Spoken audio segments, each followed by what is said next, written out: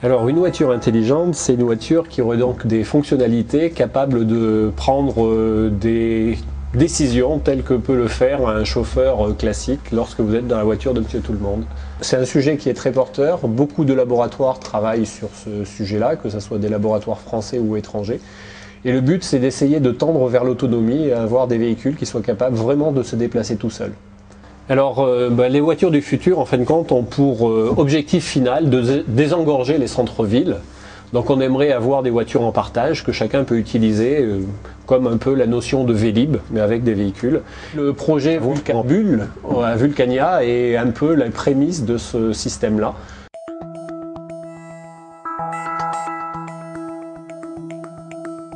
Un Volcanbule, c'est un drôle de véhicule intelligent et c'est les véhicules, puisqu'ils sont 3, nos Volcanbules, que nous proposons à nos visiteurs pour découvrir le parc de Vulcania.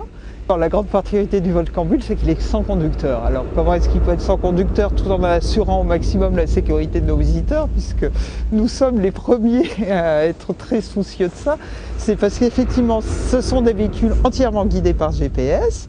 En plus de ce guidage par GPS, nous avons une activation moyennant un rayon laser qui est à l'avant et qui balaye tout l'avant des véhicules, d'un système d'arrêt d'urgence qui fait que le véhicule s'arrêtera immédiatement, soit en cas d'obstacle qui surgirait, soit en cas aussi de déviation par rapport à la trajectoire initiale.